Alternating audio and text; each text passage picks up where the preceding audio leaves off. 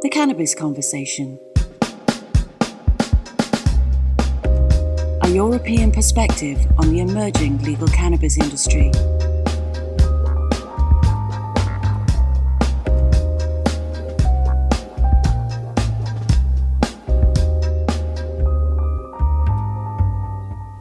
Welcome to the Cannabis Conversation with Anush Desai, where we explore the new legal cannabis industry by speaking to the professionals that are helping to shape it.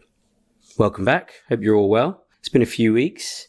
I'm sure many of you went to Cannabis and or ICBC. Trust you all had good and fruitful times.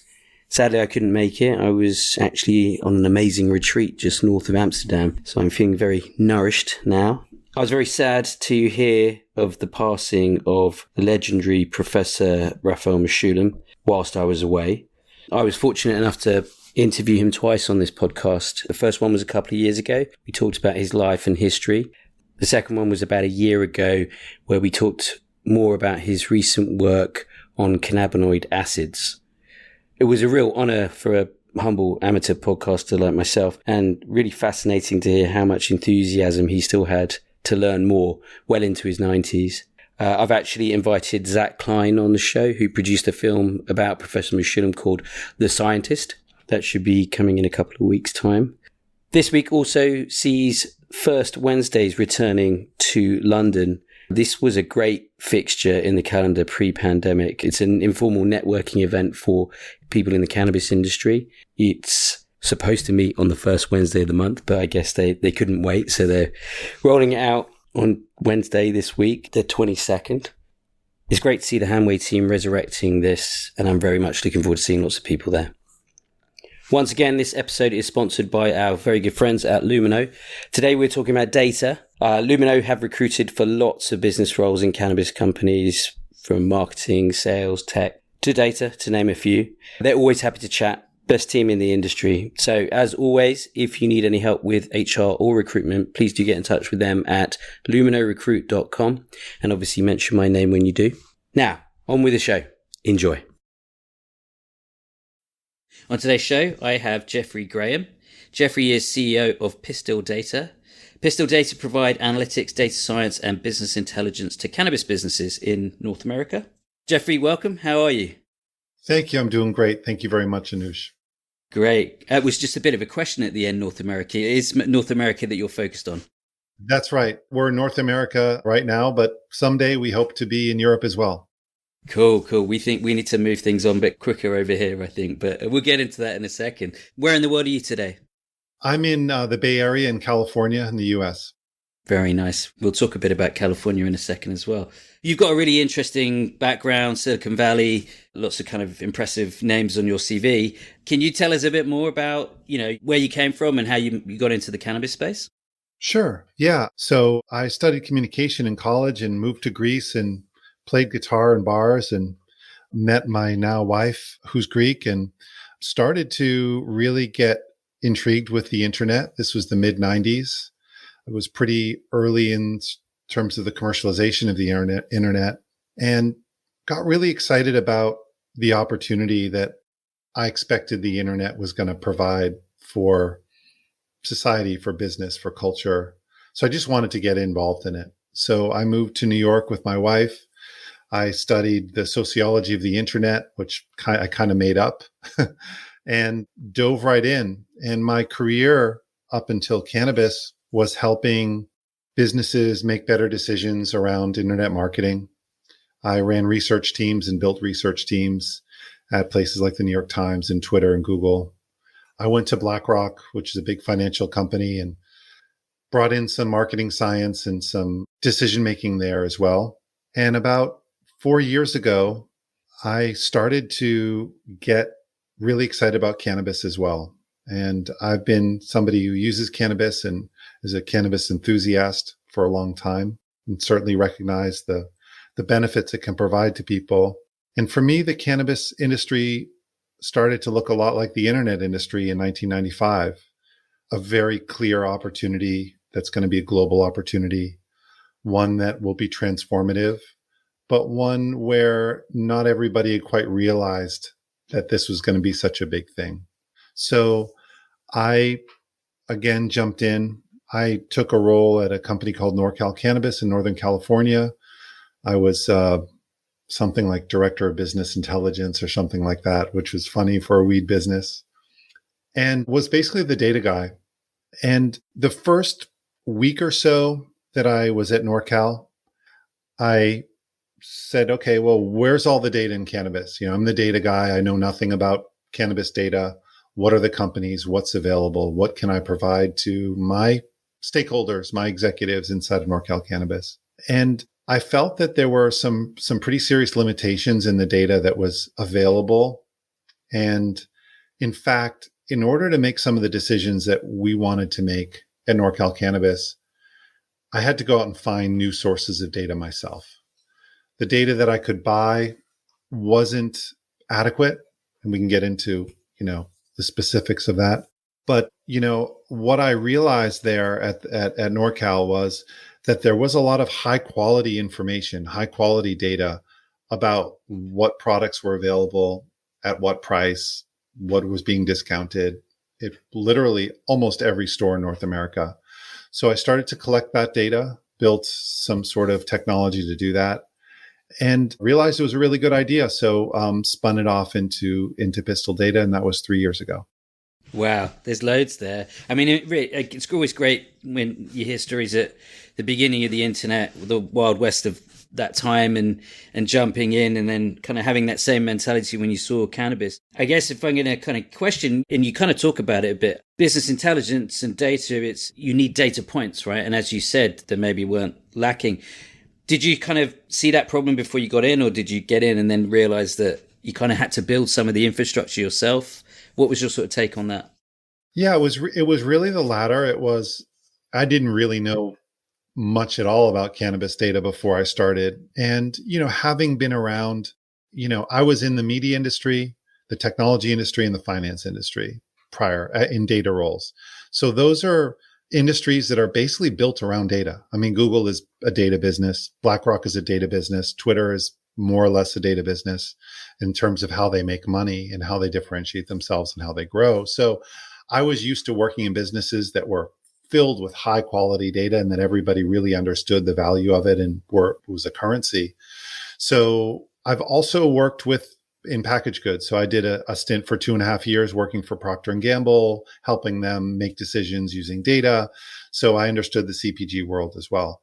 I just felt that the cannabis industry, for all its potential, was under-resourced from a data perspective. And, specifically, there were things that I wanted to advise our executives on, but I couldn't find the data to do that.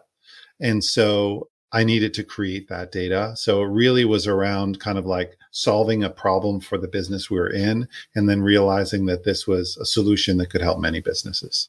Yeah, a fantastic way to start things, I think. And so maybe now's a good time. Maybe you can tell us a bit more about exactly what you guys do at Pistil Data and maybe some of the people that you work with. Sure. So what Pistil does is it gathers information from e-commerce menus across North America. What's interesting about cannabis e-commerce menus, which is different from some other industries, is that if you go to an e-commerce menu for almost every store in the United States and you see a product that's available in a certain price, that is going to be available in the store at that price at that same moment. There's an integration between the point of sale and the e-commerce experience, because a lot of these systems were built from scratch for cannabis, and that's the way you'd want to build them from scratch. You'd want to make sure that if somebody checks a menu before going in your store, that menu is right, because if they walk into that store and that product is not available, they'll be sad. If the price is wrong, if they want to check. So that's very high quality data and very comprehensive data. So we're able to collect that data every day for virtually every store in North America. And what that tells us is, at the store level, what's going on in that store, what products are not only in that store, what products are moving in and out of that store, what products are out of stock from the day before, how are prices change, what are the discounting that's happening. So we can zoom out and look at a state or the entire market and understand trends in pricing or products or discounting. But we can also zoom all the way in to a specific product in a specific store. And that's what makes, I think, Pistil unique, is that we're able to basically look at, the high level view, but also be extremely tactical. So in terms of your question of who we serve, so we serve brands and retailers in a lot of different ways. For brands, we help them understand what's happening with products, what's happening with their brands, what's happening to their competition, how they should think about pricing, how they should think about the products they develop. But we also help their sales team with very specific and tactical things like, tell me all the stores that I'm not in that my competitor is in. Show me all the stores today where I'm out of stock. Show me any store that just put my brand on discount. And these are the pieces of information that can give a salesperson an idea. I should call that store and get another order because they're out of stock. Or I should check in on that store because they're putting my products on discount, and that may not be a good thing. They may be trying to move it. Or who should I call this week? Well, our number one competitor is X. Let's see where they're out of stock, and let's try to capture that shelf space. So really it goes from the kind of strategic down to the very tactical for brands. For retailers are, many of them in the United States are competing against other stores in their local area or up and down the highway. And so what they're realizing is that people check menus before they go to a store. They check pricing. They check if their favorite product is available. There's a lot of dynamic stuff happening in cannabis retailers. You're not sure if they're going to have your product. You're not sure what's going to have the price. So consumers are comparing. And what we do is we give retailers information about what's happening in their store relative to their local competition, so they can make sure that they have the right products, that they have the right price, and that they're discounting in a way that makes them competitive, but also make sure that they're capturing the most margin. Yeah, wow. It sounds like a real good toolbox that you're providing for them. It sounds like people have to give up, or give you access to a lot of data.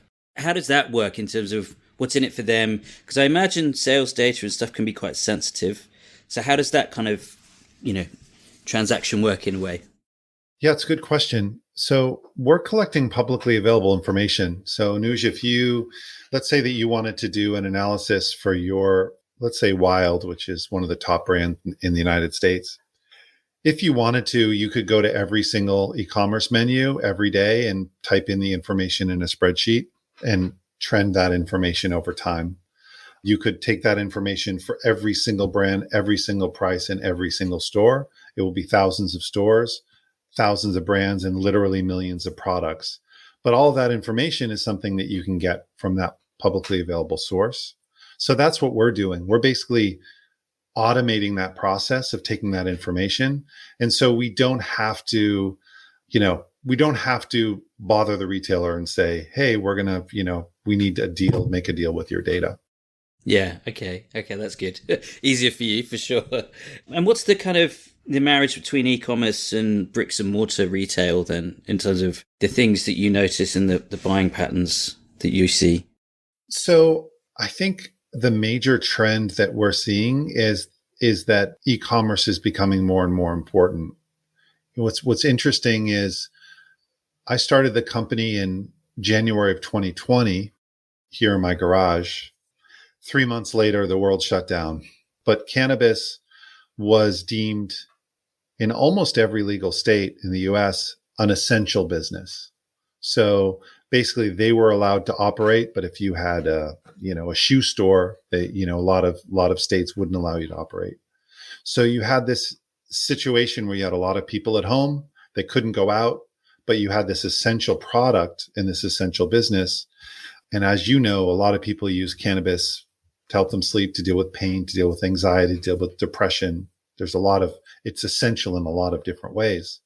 So that really fueled the growth of e-commerce. So when I started the company, it was more like, well, is every cannabis business online? And then 6 months later, it was very clear that was a major a sea change. And that made our data much more comprehensive and generally higher quality.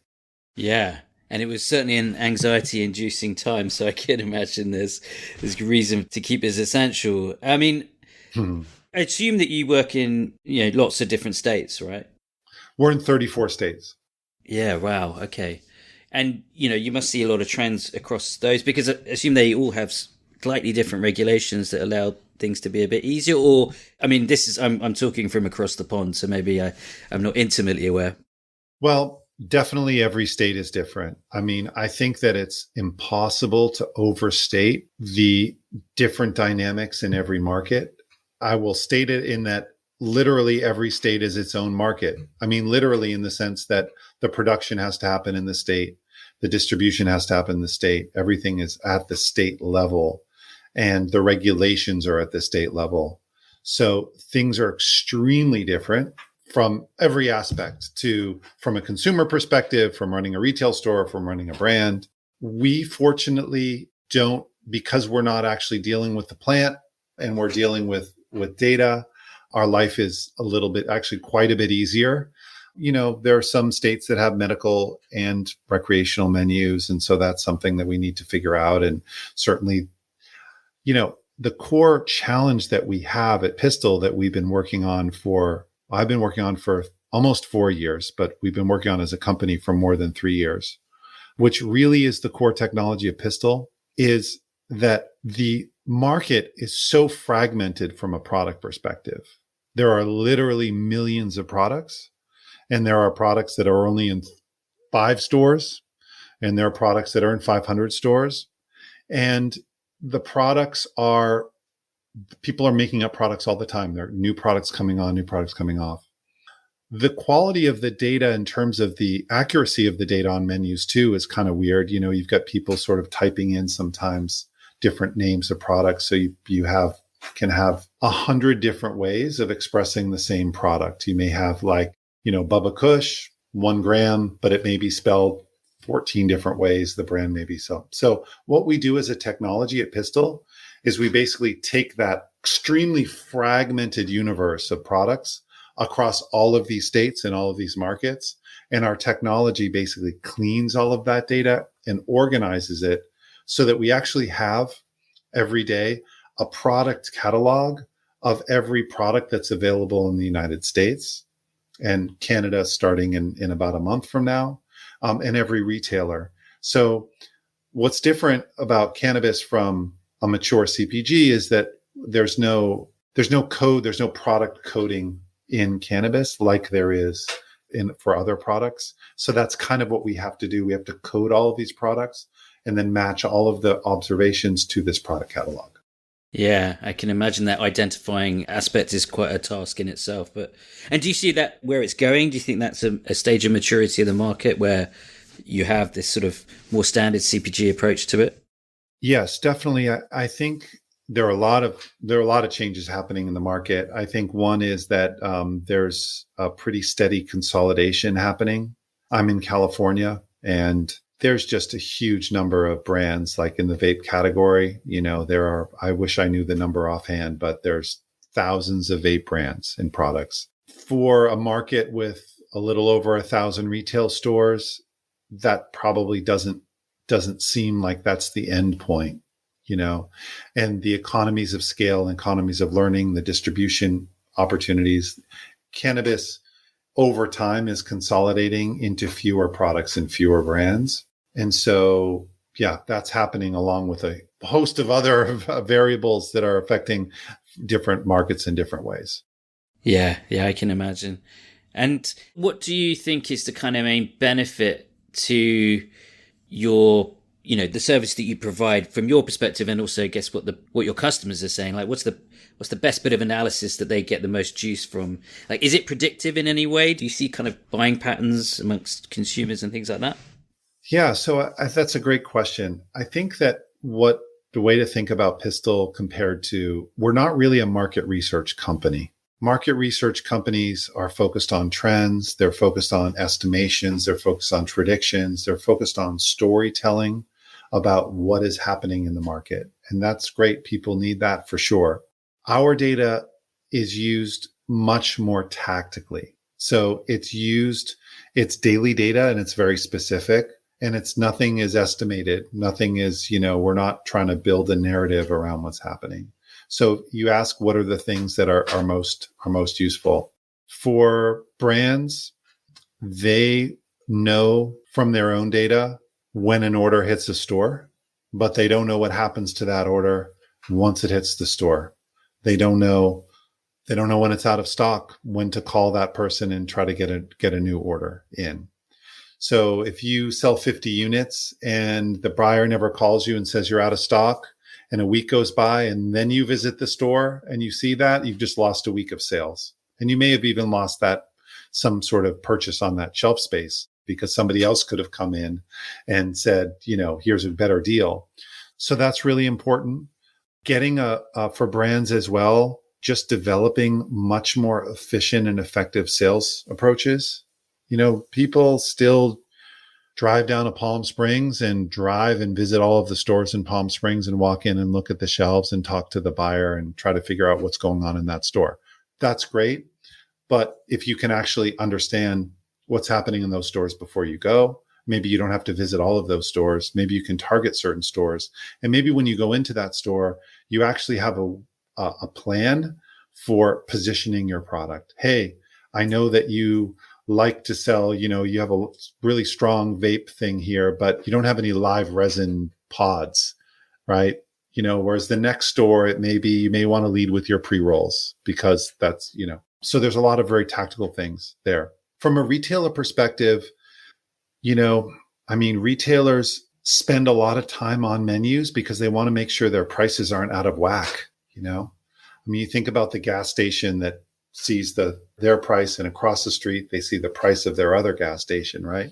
Now, it doesn't mean they always have to be the lowest price, but they should know what's going on with these other things. So do I have the most popular products?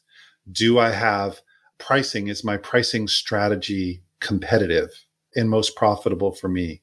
This brand is coming in and they're telling me they're the number one pre-roll in San Diego. Are they?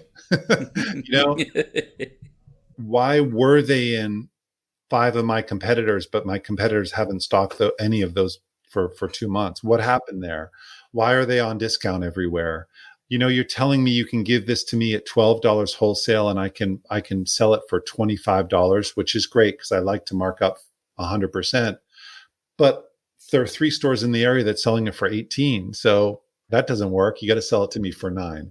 So there's a lot of kind of tactical information. So we save a lot of time, but we also allow people to make better decisions around things that are directly impacting their pocketbook, which is, am I going to get a sale? Am I going to get a reorder? Do I have the right price? Do I have the right products?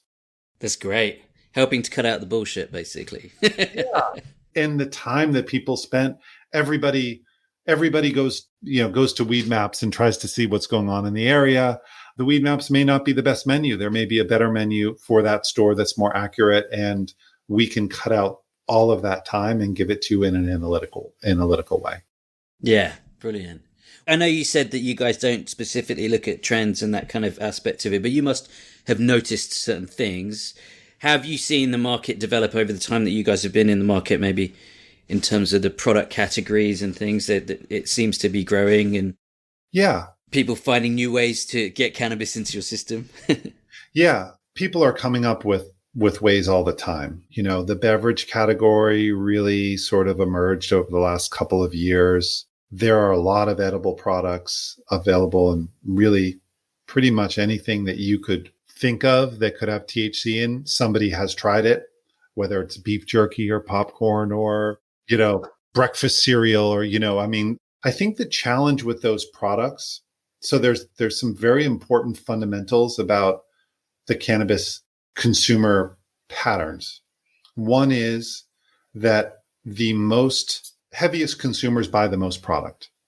So, and the heaviest consumers generally are buying, looking to get bang for their buck. And so, a product that appeals to novice users, to people that are just curious, or to sort of a kind of novelty impulse buy is great, but you're not going to get the volume and it's going to be hard to defend the shelf space. So there's certain products that, you can get somebody to buy, but are they going to actually be buying it every week? Because there are a lot of people that buy flower and vapes every week.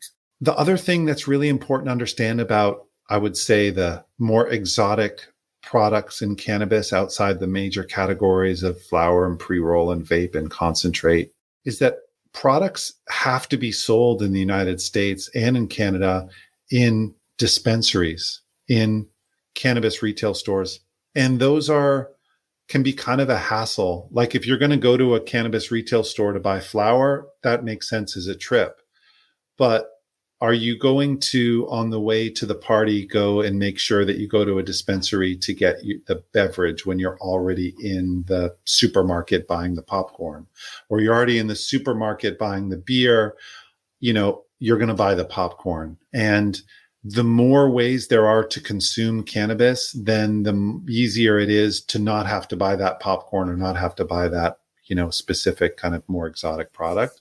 So I think that over time, we're going to see only a few of those non-standard products really survive in the current regime of highly taxed, highly regulated, and fairly sparse dispensaries in most of these US states.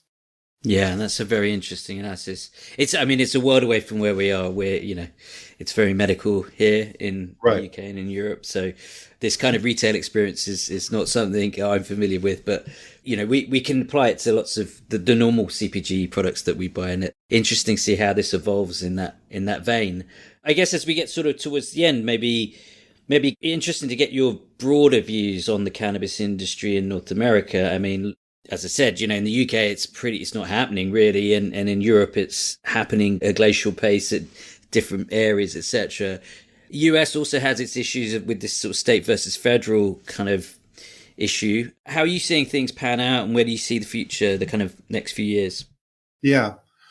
I don't know who said it, but there's a famous quote that people overestimate what's going to happen in the short term and underestimate what's going to happen in the long term. And I think that's where we are with cannabis. There are a lot of variables that are holding back some of the growth of cannabis, namely in the US federal law. The federal law is way behind public opinion and way behind the states. In fact, I think what's happening at the federal level is it's a disagreement over who's going to get the spoils of legalization. It's not a question of if, it's a question of who benefits and how. And that takes a lot of time. We saw that in New York. There's a very long process because you have people on the left who are very concerned, rightly, for social equity. And then you have people on the right that want to drag their feet for other reasons. And it's very hard to come to an agreement in the middle when you have those opposing forces. So in the US right now, there is growth. There is retraction in some states. Some of that has to do with the economy. Some of it has to do with regulation, taxation, the black market. People's, since COVID, we had a whole influx of money during COVID from stimulation checks from the government, and people were home. That money has in many ways gone away. People are out and about. So I think we're going to see continued growth as more states come online. We're going to have the vast majority of US citizens being inside a legal state, but it's going to be fits and starts. And really the sea change will happen when there's movement at the federal level. Yeah, that's the big question, isn't it? Because was it safe that everyone was hoping for and it didn't go through? Right. Yeah. There was a law. So you can't. So Pistil's a data company. I one day got a note from the bank to go into the bank office, which I haven't been in 15 years to a bank office. And they summarily told me that our account was closed because we're dealing with cannabis, right? So, even a data company, you can't write off your taxes. I mean, that doesn't affect us as much, but you can't write off business expenses and losses. It's very hard for people to invest. So there's the financial part, which is basically the federal government in the US treats cannabis literally as if it was cocaine, so even worse, it's Schedule 1, cocaine is Schedule 2. So that has to go away. But then there's also the descheduling from the perspective of decriminalization and then kind of all of the regulation. So that's the short term. From a long-term perspective, the way I look at it is this is a plant that people have been consuming for 10,000 years. People have been all over the world right now. There are people that are risking jail time to consume and distribute this product, this plant, because people really, really like it. And it's really, really beneficial to the human condition in a lot of ways. And what seems to happen, I think cannabis is a social movement. And what we've seen in social movements in the modern time, in the post-internet age, is that social movements can move very, very quickly. If you look at something like gay marriage and gay rights, there can be very, very rapid changes in terms of what's socially acceptable, not only in the US, but around the world. So there is this huge opportunity. I think it's a global opportunity. I think that there's an opportunity to really replace a lot of the more dangerous substances that people consume. And that will happen. It's just we don't know on what timeline. Yeah, absolutely. And I agree. I think it kind of felt like there was some good momentum in 2018 with Canada legalizing, first major nation to really be quite bold there. And then obviously COVID and then all of the craziness that's happened with Ukraine and inflation and basically some big macro issues, which makes it quite hard to look at it. As important as cannabis is to many people, there's a lot of other bigger things going on. And so if there's if the world has a more kind of straightforward few years, and that's a big if, then maybe we get everyone actually embedding some of this. Fingers crossed. Yeah, the Biden administration has, I think, laid out a timeline for the descheduling.